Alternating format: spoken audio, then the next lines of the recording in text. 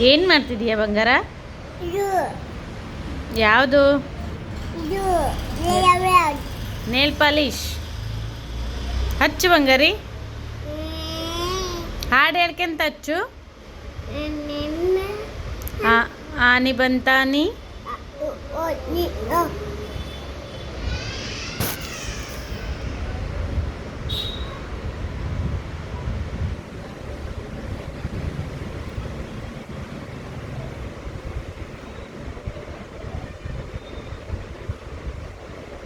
ಏನು ಫೀಲ್ ಮಾಡ್ತಿದೀಯ ಬಂಗಾರ?